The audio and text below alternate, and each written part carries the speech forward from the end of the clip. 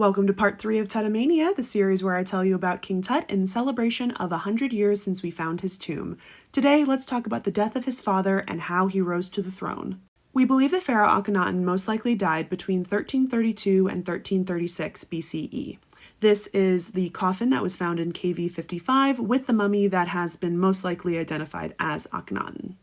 Interestingly, there are 2 other pharaohs' names that appear in the record around the same time, so it's unclear if Tutankhamun immediately rose to the throne after the death of his father. These pharaohs' names were Nefer-Nefer-U-Aten and Semenk-Kare.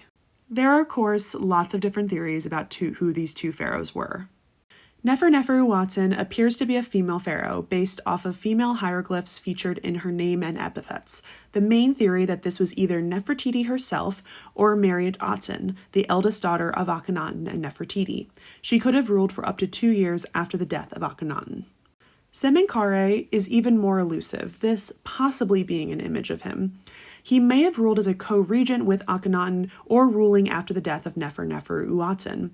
We do know that he was married to Mariat Aten, so he might have even married into the role of king.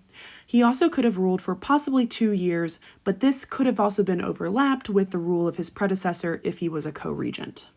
Nonetheless, Tutankhamun eventually rose into the role of pharaoh. He married his half-sister, Ankhesenamun, who was then Ankhesenpa-Aten. Most likely, they lived in Amarna for a few years, where Tut probably had a council or regent that was ruling for him, as he was about 7 to 9 years old when he took the throne.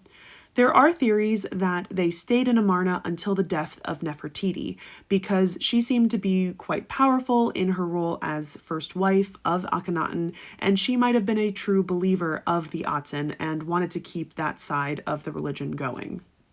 Eventually, though, they began to go back into the quote-unquote normal way of Egyptian living with a polytheistic religion, multiple gods, and essentially disregarded the Aten altogether. Along with switching back to the old ancient religion, they decided to move back to the capital city that Akhenaten had originally started ruling from and that his predecessors had ruled in for hundreds of years at that point. So you can see up here is Amarna, which is the brand new city that Akhenaten had built. And you go all the way down to here and you see in bold is ancient Thebes. And they went all the way back there, moved the court, moved everybody that had ever gone and even supported Akhenaten, and they all moved back.